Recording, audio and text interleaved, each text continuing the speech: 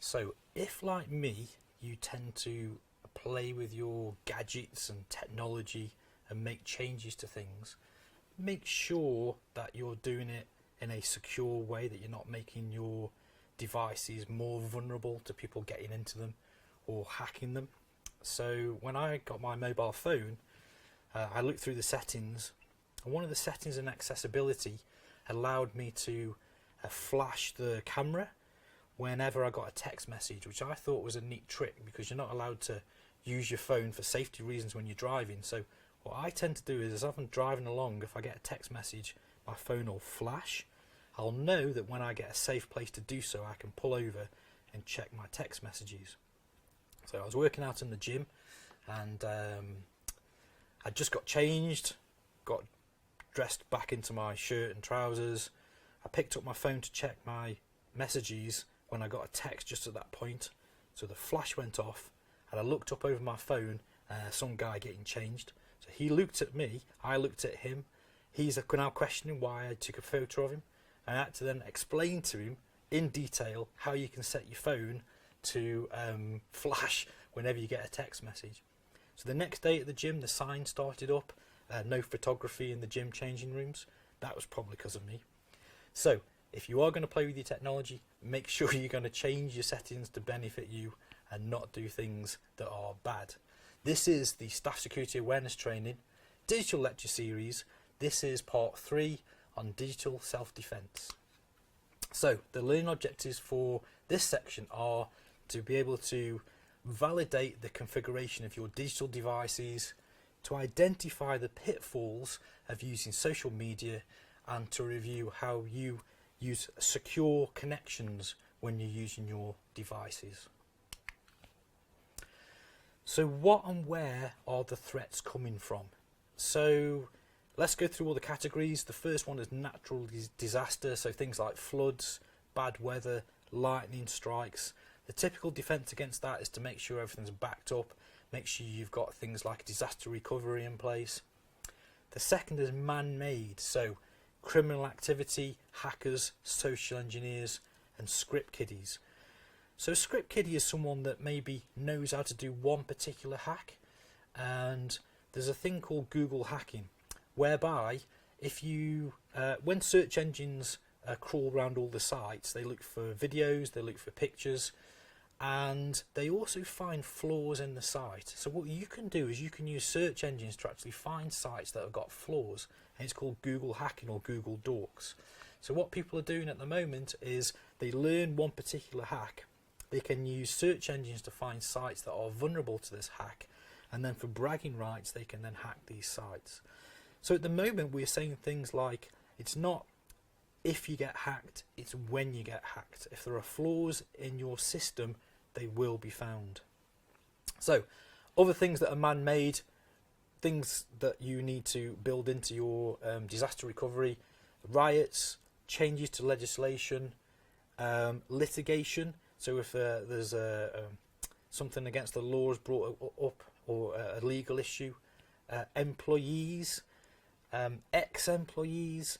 So you need to have things in place so that when people leave, that their accounts and things are closed and shut down. Disgruntled clients. So there are many people, we call them bad actors, that may try and attack your systems both corporately and at home. Of course, you've got other organisations, you've got other countries, etc., etc. You've got technical flaws, bugs, viruses, malware, human written, but once they're automated, they're scouring the internet. Sometimes they're spread from machine to machine. And then also you've got to think about your supply systems, so your electricity, water, heating, things like that. If you think about it, attacks are either going to come in through the wires, and by that I'm going to include Wi-Fi these days, so through the air, or someone's going to walk in through the door. Now as a hacker, we typically get asked to look at the corporate security, but if you think about it, one of the best ways of getting someone is to attack their home machine when they're feeling relaxed. So you've got to be secure at home and in work. And if you think about it, there's a lot of crossover. So sometimes people use their mobile phones for both work and for home, And things like tablets and laptops, again, people work from home, and some people maybe check their social media or their web email from work in their free time.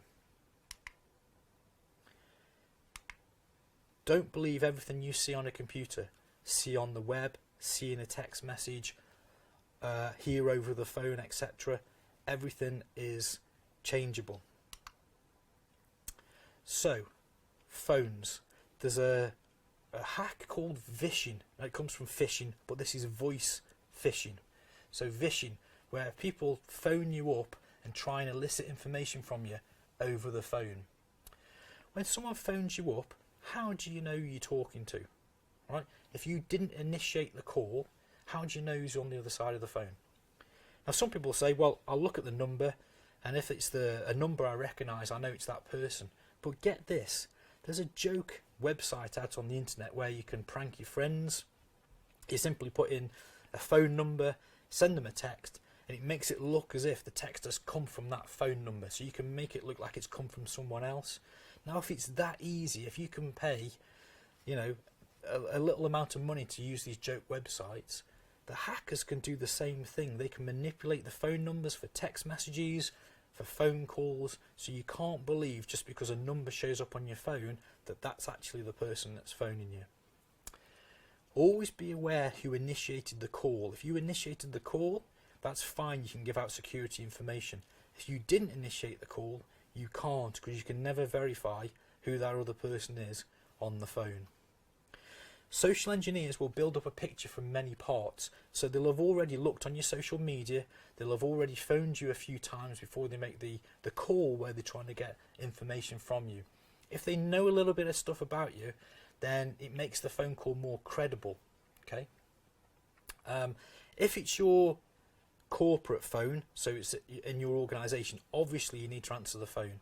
But if it's your private phone, maybe you do call screening, and then maybe you could use search engines to find out who those people are as to whether you want to return the call, or maybe they could leave information on your voicemail. Always ask yourself, why does this person need this information? What social engineers typically do is they'll ask you some genuine information that is normally asked of you, then in the middle of the conversation they'll throw out a question that doesn't make any sense, that's out of context, and then they'll return to the conversation. It's those questions that you need to watch out for, because they are the bits that are usually things like password reset questions or personal information that you shouldn't be giving out. So let's try this. You get an incoming call, okay? So you need to say to the person, I'm sorry, I didn't initiate this call, therefore I can't give you any security information. And what they'll do often is they'll try and get you to go through security, even though you've told them that you can't.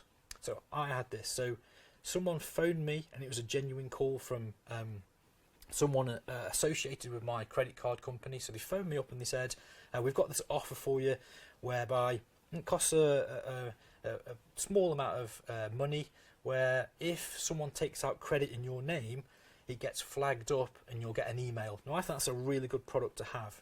And they said, okay, so we'll sign you up for it. All we need to do is take you through your security questions.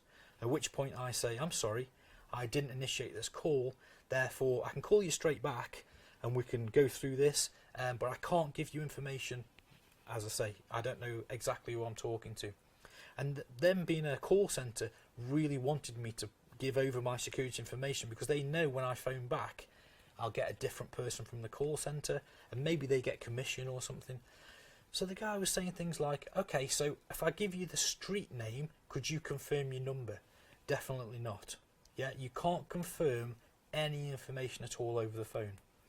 Some people believe that just giving out parts of your security information is safe, and it's not. Think about this scenario. Someone phones you up and says they're from your bank, and you need to give the first and third digit of your password. Are you safe to do that because it's not the whole password? Definitely not. When I do this as a test and I phone you up to try and get into your online banking, I'll already be logged into your online banking, right? So I know I only need the first and third digit to get into your account. There's no guesswork. I don't need to get all the digits, right? I only need the ones that the screen's asking me. So no, you cannot give any security information out. I wouldn't even confirm your name unless you have to. Mobile phones. Mobile phones turn up today normally with some sort of voice recognition or some kind of helper, either Siri or OK Google or Bixby or Alexa, something like that. Personally, if it's a corporate device, I definitely turn those off. There are certain things that you can do through voice control that you don't want your phone doing. So I would recommend corporately you turn those off. I turn those off on my personal devices as well. However, they can be useful to certain people, so at least set them, you can train them to your voice, at least make sure you've trained it to your voice so people aren't getting your phone to do certain things with your phone while your phone's locked. Now let's just put this into context. It doesn't actually carry out the activity until you unlock your phone. But you don't want to unlock your phone and find out someone's been speaking commands to your phone. There are certain things that I don't want people searching for on my mobile phone. And certainly you can think of things as well. Therefore, I turn that voice control off. Now, mobile phones today have as much information on them as your laptop or your work computer does. So you've got to make sure you've got a passcode or a fingerprint or facial recognition set up. A 4-digit passcode isn't enough. You need to be using a complex, difficult to guess passcode. Even better than that, go for the fingerprint or the facial recognition option. Then it's going to be really difficult for a malicious person to get into your phone. Plus, in the same way that you normally lock down your laptop, don't just leave your phones open, don't just leave them on desks. Phones are ideal that you can just stick them in your pocket when you go anywhere, so take your phone with you. Take away that element that someone could get to your phone and can start to try and get into your device by guessing the password or any other way.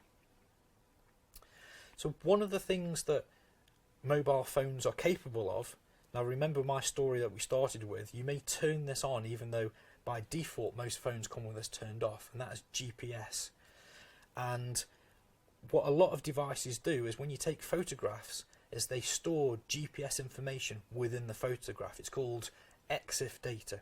Now as I say, more modern devices turn up with this EXIF data GPS turned off.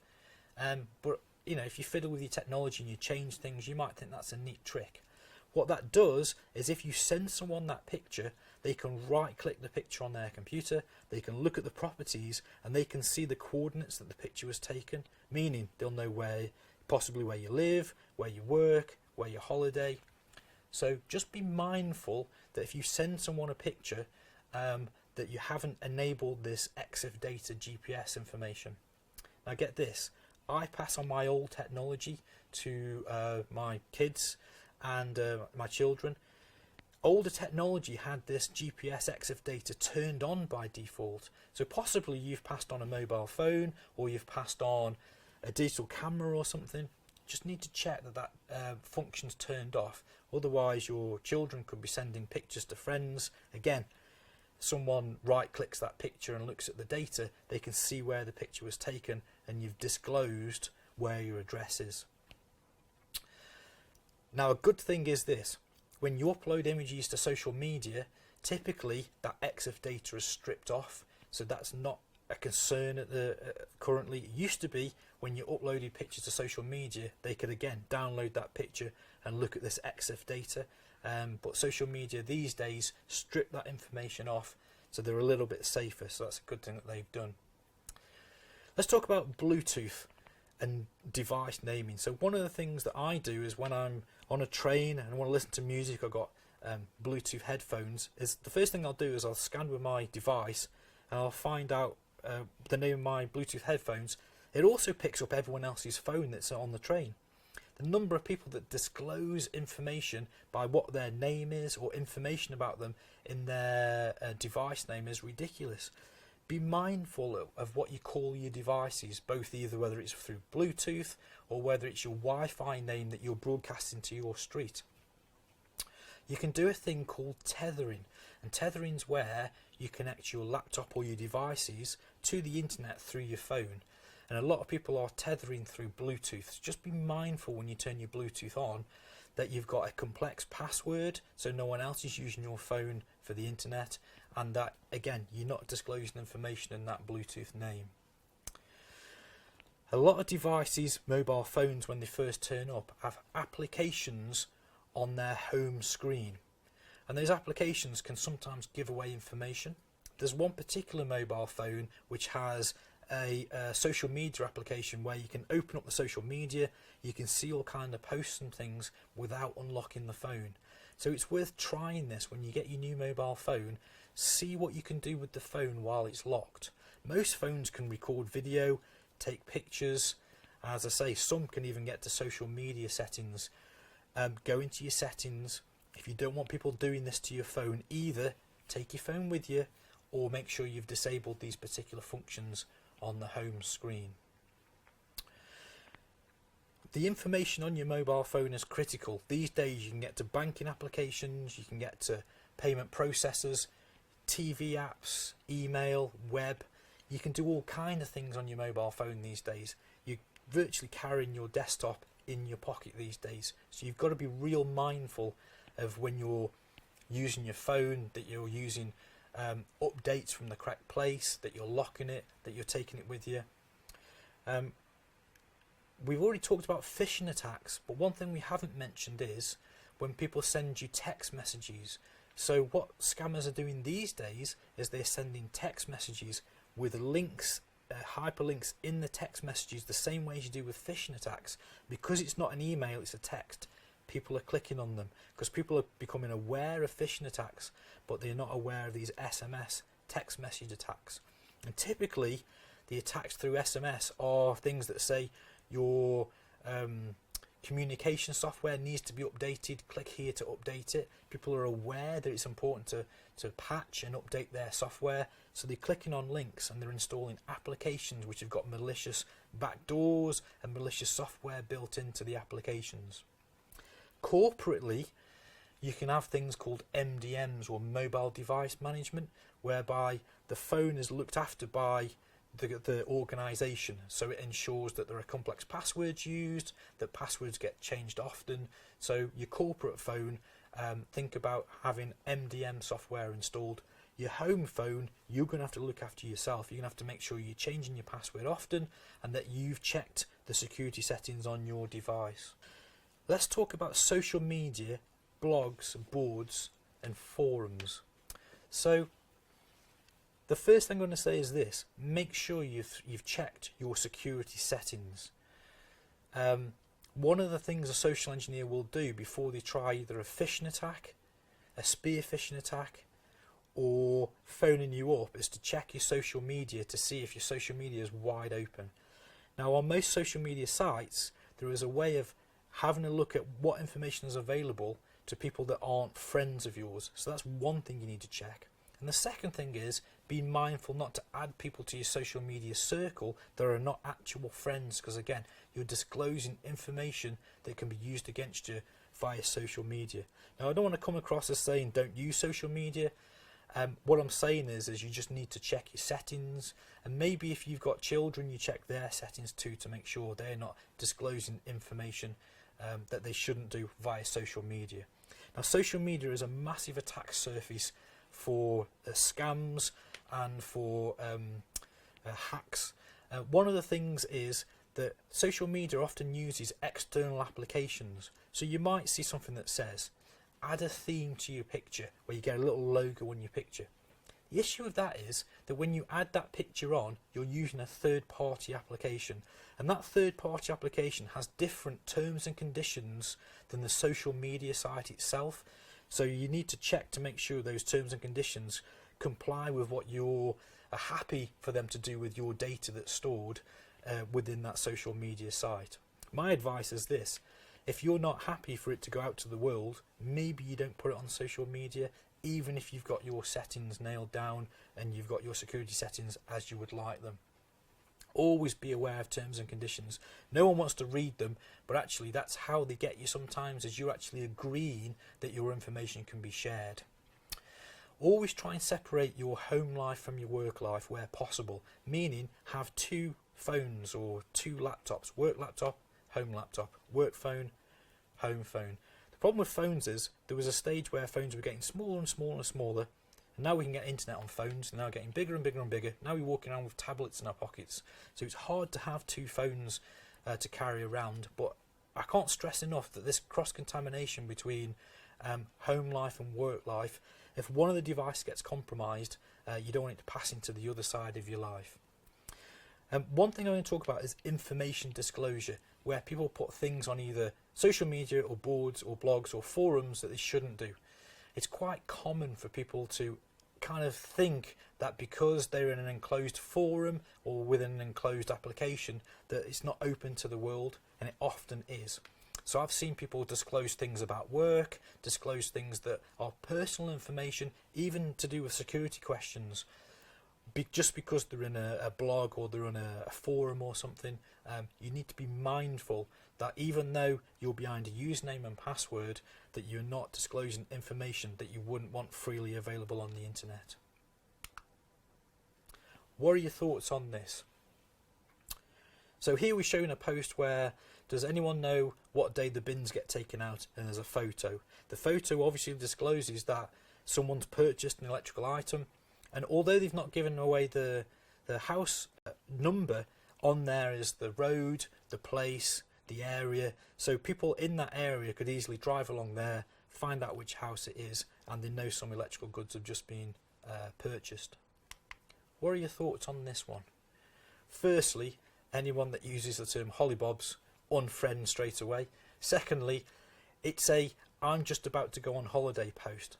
I would stick to a I'm just back from holiday posts. That way you're not indicating to people that your premises are going to be vacated for X amount of weeks or something. What are your thoughts on this one? So here's the classic information disclosure. Someone's having problems with their Wi-Fi, their router's not working, they know enough about technology that they've screenshot the configuration, but they've managed to get the password in there, and boom, you're disclosing your Wi-Fi password. What do you think of this one? Now you might think, okay, so again, you're not doing a back from, you've actually got a date here which maybe is in the future, meaning that your house is left empty, but it's worse than that. On here you've got a barcode. If I was to print this out, I could use that barcode to get into this event. The same goes for when you're taking photographs of vehicles or badges. Make sure you're not disclosing information. Put a little smiley face over vehicle registration plates or over name badges or over barcodes. So what are your thoughts on these? Comment and like to win a holiday. I often find that there is no holiday. What people are doing is gathering a group of people together that they know are susceptible to social engineering because people have done what you've asked them to. Comment and like. If you comment and like, you're almost saying, yeah, I'll do whatever the post says. Therefore, you're identifying that you are susceptible to doing as you're told. I bet none of you have the bottle to repost this. Again, the same idea. If you do repost it, you're saying to the person that sent this post out that you will do and comply with whatever they say. You're putting yourself in a group of people that may be social engineered, that may be manipulated in the future. This month is lucky. It has at least 5 Fridays. This will not happen again for 70 years. Like and repost to your friends. I see this all the time. Actually, this happens 2 or 3 times every single year. Yet, whenever I see it, people keep sharing this on social media. Right? People that share things like this are opening themselves up to scams because they're, again, showing that they're susceptible to these kind of things. Install this badge onto your picture to show your support for something. Now, we already alluded to this. What this is a third-party application outside of that social media framework, meaning that it's a different set of terms and conditions and they can do different things with your information. What about this one? Fill out this quiz to see which Jedi you are, Harry Potter character, mental age, and it asks for your age, your mother's maiden name, your birth month, your middle name, your first car and anniversary. And then what people often do, not only do they fill this out to work out what character they are, they then print screen it and put all the answers up. These are your security questions to reset all your passwords. Right? So you're virtually social engineering yourself. You're making it so easy for the scam artists. Don't do this kind of stuff. If you're interested, a Jedi, I think I was Chewbacca, a Harry Potter character, Snape, mental age of 3. Okay, so if you're using free Wi-Fi, you need to be extra careful that you're connecting to a legitimate Wi-Fi hotspot. How do you know which is the correct hotspot? Now, I would advise you look for either signs or some kind of indication that that's offered by the area that you're at, because there's this thing where people do this man-in-the-middle attack, where they'll sit with a laptop, they'll advertise that they've got free Wi-Fi with the SSID, the Wi-Fi name. People will connect to the internet through their laptop. They can see the traffic that's been sent to and from the web servers. Remember when we said there was HTTP and HTTPS? Well, anything that's sent with HTTP, when this malicious actor is doing this man-in-the-middle attack, they can see what you're sending to the internet and what information you're getting back. So it's important that you verify that you are connecting to a valid Wi-Fi access point and not just some malicious attacker. If we look at this here, we've done the training on this, how to pick out a malicious web address. So as you can see, this is a malicious web address. So again, when you connect to this Wi-Fi, the person's getting you to put in credentials, and they're just stealing those usernames and passwords, because this is just someone's laptop. This is not an authentic Wi-Fi access point. So let's talk about the web and Wi-Fi. So when you're typing in things into the address bar for the web address, make sure you don't mistype. One of the attacks that I've seen in the past is where people register web addresses which look very similar to the actual web address, but there's a typo or there's something slightly different, and again, the site looks the same. It's almost like you've done a phishing attack against yourself. You've typed in a web address, you've typed it wrong, you get to some malicious web address, you log into it, and you've given away your username and your password. Be aware that the internet is a hotbed for viruses and malware, and when you download software, if it's not from an authentic site, you could be installing software onto your machine which is key logging, so recording all your key presses, or doing malicious things to your devices. Whenever you enter information into a form is where you can either put in your name or your login information, or where you can type stuff into a website. Whenever you put things into a form, be aware of whether that information is private to you, and should you be on a HTTPS part of the site, or should you be on the HTTP part of the site. So we talked about when it's HTTPS, if someone is sniffing the network, looking at this traffic, it's not human readable.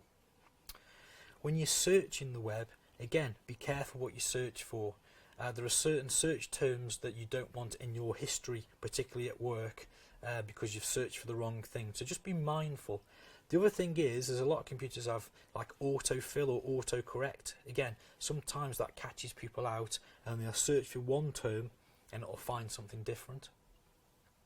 When you're using job sites, forums and social media, one of the things that we do is, when we're doing what we call it open source intelligence, or OSINT, is we'll use job sites to try and work out what technologies are inside people's server rooms at organisations. And we do that in two ways.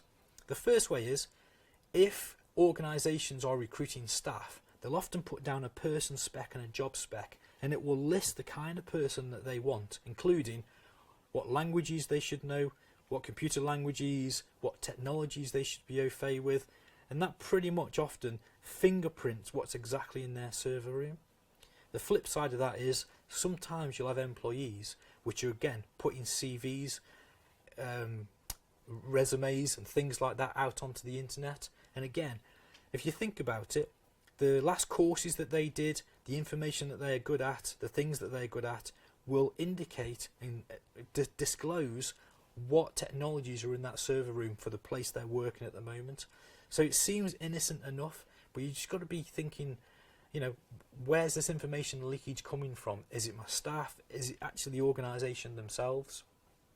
I once saw a forum post that said, having problems with the firewall, can't get the rules right, and the next post said, oh, post your firewall configs, and they did. That's basically disclosing all the information about that particular device, that security device, which is supposed to be hidden. This happens all the time. You've got to watch for information disclosure when you're using job sites, forums, and social media. Let's talk about Wi-Fi and passwords. So a lot of people have to administer their own wireless routers at home.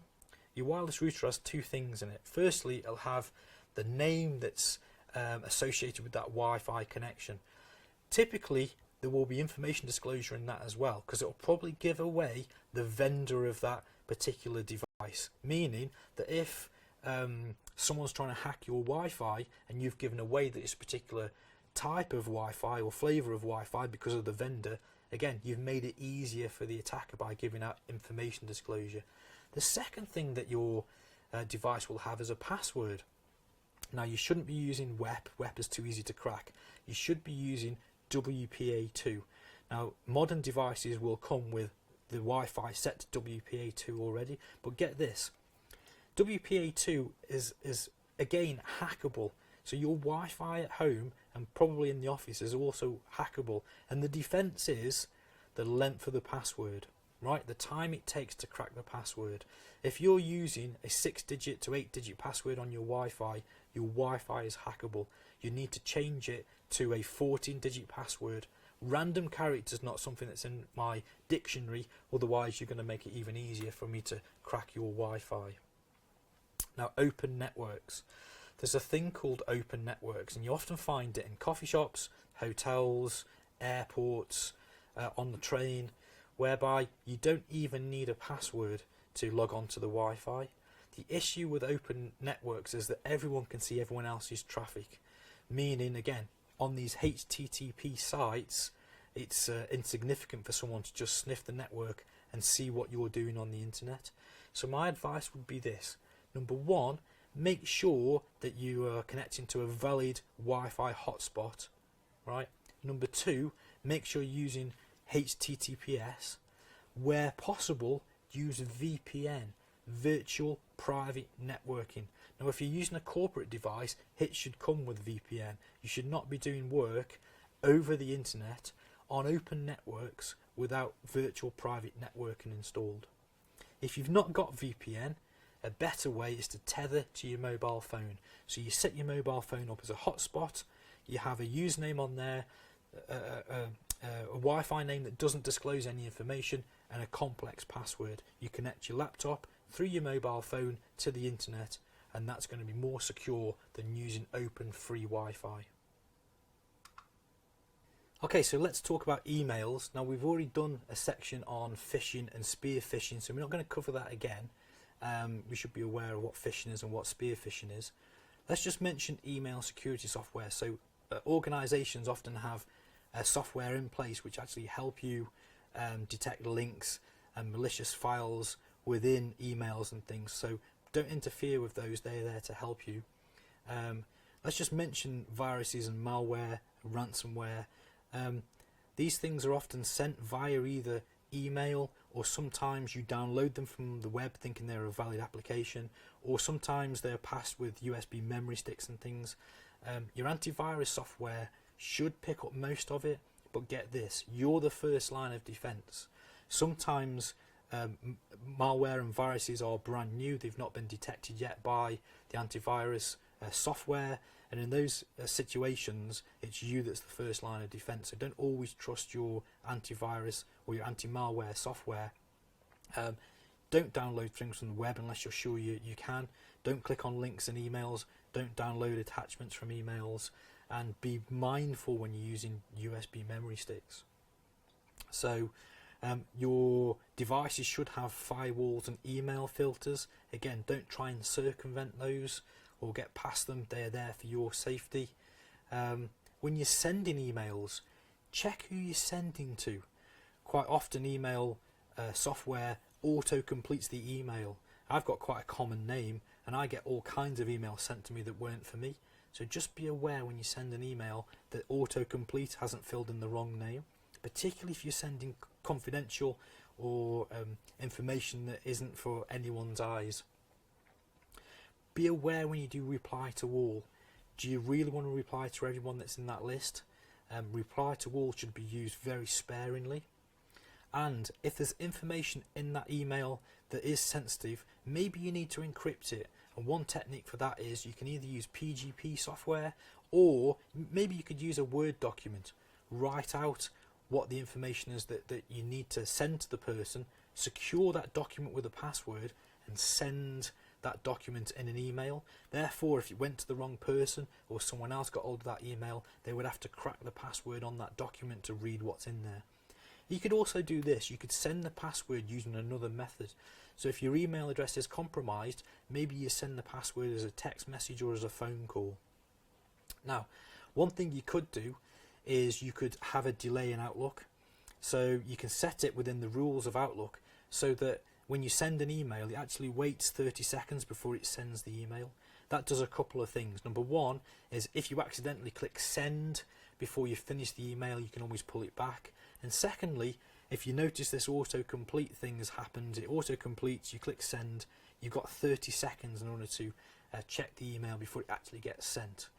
The only downside to having a delay in your email is when you finish on a Friday and you close your machine down, make sure your emails have been sent.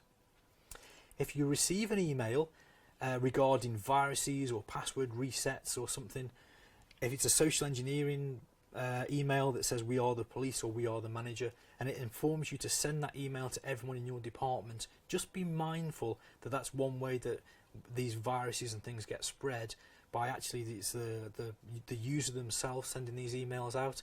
If you get a malicious file or malicious attachment, don't forward it to your IT guys, because obviously you're sending that virus to them. With regarding emails, again, always ask yourself, why does the person need that information? If you get a random request in email, it may not be that person that's actually sent that email out. It might be someone maliciously trying to get information from you. So let's look at some countermeasures. So the first thing is this: don't follow links in emails unless you're very sure you're safe to do so. And if you make a mistake, there needs to be someone you can go to in IT where you're not necessarily going to get into trouble, so they can check over your device. Don't download applications on your phone or your laptop from untrusted sources. A common way of getting malware on a machine is where people download software and applications from untrusted sources. Be aware of malicious hardware. So people plugging things into your machine, into your phone, into your laptop, into your workstation. There's a device we use which is called a rubber ducky, and it acts as a keyboard. So it looks like a USB stick but acts as a keyboard, and we use it when a machine's been locked down, so you can't actually plug in USB sticks, but it acts as a keyboard. When you unlock your machine, it then sends keystrokes to your machine and does the hack that way. So watch out for anything plugged into your machine which doesn't look right. Don't give out security information over the phone. If you didn't initiate the call, you must never give out information. You can never be sure who you're talking to unless you initiated the call. So call people back. Tell them you're not allowed to give out security information over the phone. I'll call you straight back. If they're genuine, they should let you call back. Passwords need to be long, either passphrases or use password managers. They must be unique and hidden. Use multi-factor authentication, meaning you need your phone on you and you need to know what the password is. Wherever possible, most accounts these days will allow multi-factor authentication. Don't use free or guest networks.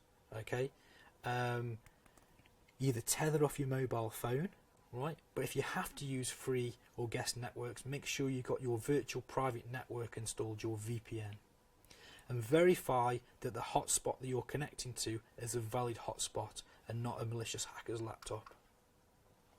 Never tamper with your antivirus, your firewalls, your browser safety settings. Don't stop your machine from doing Windows Update, and always follow your policies and procedures. Understand the value of the information that you possess, and when people ask you questions, always think to yourself, why are they asking me that particular question? So what were our learning objectives?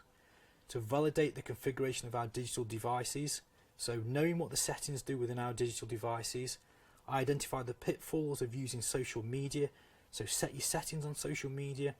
Don't give away information disclosure, And also, if you're not sure it should be out there on the web, maybe you don't type it into your social media account. And review how you securely communicate. So using virtual private networking, tethering to your phone, confirming that the access points that you connect to are valid. So a few questions and answers. So questions that I get asked in this section of the training. So what does my phone know about me?